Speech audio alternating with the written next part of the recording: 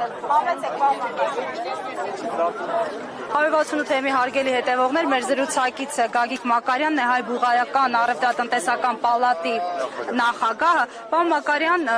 ում դաշտում է այս պահին խնդիրը, որտեղից ակնկալել լուծում, արդյոք Հայաստան-Վրաստանի դեսպանությունը հարց տալուց միասին։ Արդյոք Հայաստանում Վրաստանի դեսպանությունը հենց այն մարմինն է, որ պիտի լուծում տա խնդրին։ Իհարկե ոչ։ Դեսպանությունը այդ մարմինը չի։ Դեսպանությունը խոստացավ պատասխանել եւ մամուլում հայտնվեց լուր, որ Վրաստանի ֆինանսների նախարարությունն էր պարզաբանել, որ դրանք զուտ մաքսային գործընթացներ են, այսինքն ոչ մի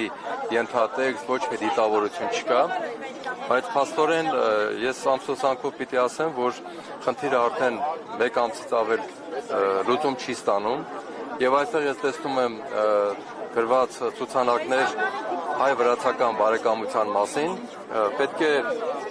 հոգ տարվի, որ այդ բարեկամություն բառը արդեն ճակերտների մեջ չհնչի, այլ իրականություն համարվի,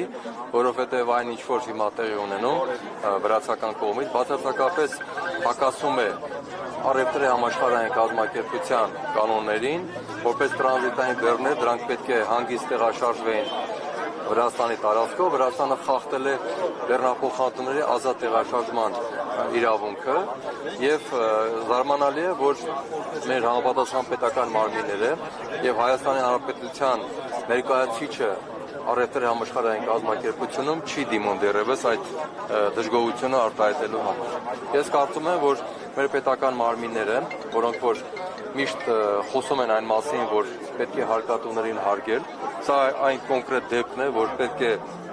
հարկատուներին հարգել եւ հարկատուների շահերը պաշտպանել, որովհետեւ Հայաստանի կոնյակագործությունը ունի դարերի պատմություն եւ դա Հայաստանի նաեւ գերակա ճյուղերից մեկն է եւ նաեւ չմոռանանք, որ ընդամենը 4 ամիս հետո խաղողի մթերման ժամանակն է մոտենում եւ նորից այդ պետական մարմինները պետք է թակեն այս կոնյակագործների դռները, գինեգործների դռները, որպեսզի խաղողի մթերում կատարվի եւ այդ դեպքում արդեն իրենք որոշակի պետք է որ բաց երեսով կարողանան այդ թակելը իրականացնել։ Ես ասեմ ձեզ, որ Վրաստանը ես միշտ ուսումնասիրում եմ տարբեր պետությունների տնտեսությունները, դուք գիտեք տարբեր առիթներով մամուլով խոսում եմ։ Վրաստանի տնտեսությունը գտնվում է Թուրքիա, Ադրբեջան, ուրեմն այդ երկկողմակային զույգի ազդեցության տակ։ Բավական է ձեզ ասեմ, որ Վրաստանի ներմուծման ծավալները 11 միլիարդի մեջ, ընդամենը 3-3.5 միլիարդ է արտահանումը, այսինքն թույլ տնտեսություն ունեցող պետությանը վերածվում Վրաստանը, որտեղ արտահանումը 30-35%-ից չի անցնում, դա շատ վատ ցուցանիշ է ներմուծման համեմատ, այսինքն դեֆիցիտը 70% է։ Դրան պլյուս առաջին գործընկերը Թուրքիան եւ Ադրբեջանն են միասին վերցրած 3 միլիարդ դոլարից ավել։ Երկրորդ տեղում արդեն Ռուսաստան եւ այլ երկրներ։ Հետեւաբար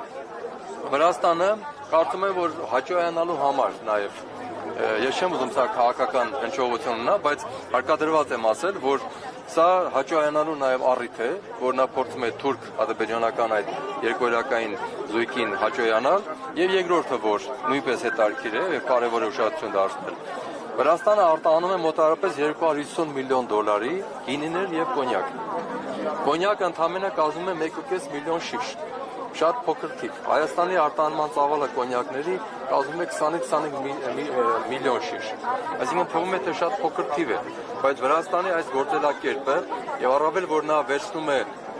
մեր արտահանողների փաստաթղթերը ուսումնասիրում է, նա տեսնում է կոմերցիոն գաղտնիքները, որ ռուսական ընկերությանն է վաճառվում, ինչ գնով է վաճառվում, ինչպիսի բաղադրություն ունի տվյալ կոնյակը, որը վաճառում է այդ գնով։ Եվ այդ ամբողջ ինֆորմացիան ես ենթադրում եմ, որ վաղամիսօր փոխանցելու են իրենց կոնյակագործներին եւ փորձել են այս շուկան խաթարելով գրավել այս ճանապարհը։ Սա տերոր է, տնտեսական տերոր է ուղղակի Հայաստանի կոնյակագործության համար։ Պարոն Մակարյան, այսինքն նախորդ շաբաթ այսպես հավաքված կոնյակագործները, որոնցից հատուկենտ բոլորը չէ, բայց մեկու մեջ այդ անհանգստությունն ունեին, որ գուցե իրենց խմիչքը մինչև տեղ հասնի ադրբեջանական խմիչքը այդ դարակաշարը։ Այո, ասեմ դες, որ Վրաստանը 4 բրենդով կոնյակներ է վաճառում, արտադրում, Ադրբեջանը նույնպես ունի կոնյակ, իհարկե նրանց կոնյակները որակով շատ կտրուկ զիջում են եւ տարբերվում են, բայց չի բացառվում, որ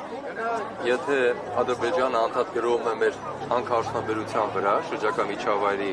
պատճառաբանություններով, Վրաստանի միջոցով էլ հիմա գրովում են մեր կոնյակագործության եւ խաղողագործության վրա։ Աղամիսօր եթե այդ խաղողը չմթերվի, դուք պատկերացրեք ինչպիսի դժգոհություն պետք է լինի գյուղացիների ֆերմերների կողմից եւ նաեւ դա կարող է բերել կոնֆլիկտի կոնյակ եւ գինի վերամշակող արտադրողների եւ ֆերմերների միջեւ, քանի որ նրանք հարկադրված են նրան չմթերել, քանի որ իրենք չգիտեն թե ապագան ինչպես է լինելու եւ այսօր շատ գործարաններ ունեն, որ պատրաստի իրենց մեքենաները բեռնված են, չեն կարողանում արտահանել այս քաշքշուկի պատճառով։ Ես կարծում եմ, որ նաեւ պետք է Հայաստանը դիմի ԵԱՏՄ-ին,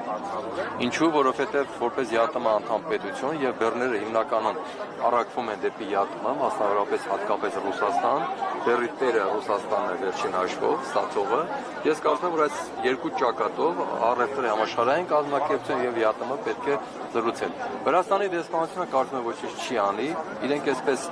խորհրդավոր կեցվածք են ընդունել եւ որևէ ասելիք չունեն։ Բայց մեր պետական մարմինները չպետք է լռեն, պետք է կտրուկ լինեն եւ այսօրվա միտինգը ես ողջունում եմ ինչով, որ սա նաեւ աջակցություն է մեր պետական մարմիններին, որտեղ մեր պետական մարմինները իրազեկված են, բայց իրենց ոչ ակտիվ եւ լռելի վիճակը ցույց է տալիս, որ իրենք տիրապետում են իրավիճակին, գիտեն իրավիճակը ինչ է, ենթադրում են որտեղից է հարվածը գալիս եւ չեն ուզում հավանաբար իրենք դա քաղաքական մակարդակով ներկայացնել, բայց մենք պետք է օգնենք մեր կառավարությանը այսպիսի բողոքներով, այսպիսի միտինգներով, որ դուք անում եք եւ դրա համար շատ ողջունելի է, որպեսզի դա տեսել լինի նաեւ այլ դեսպանությունների, այլ համապատասխան մարմինների։ Ես կարծում եմ, որ այստեղ բացարձակապես Հայաստանը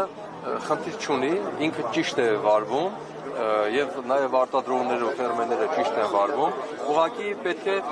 լսելիությունը դարձնել նաեւ պետական մակարդակով, որովհետեւ միայն այսպես միտինգների մակարդակով խնդիրը կարող է ձգձգվի եւ ինքը իրան մարի։ Հնարավոր է, որ մի երկու օրից մարի, բայց դա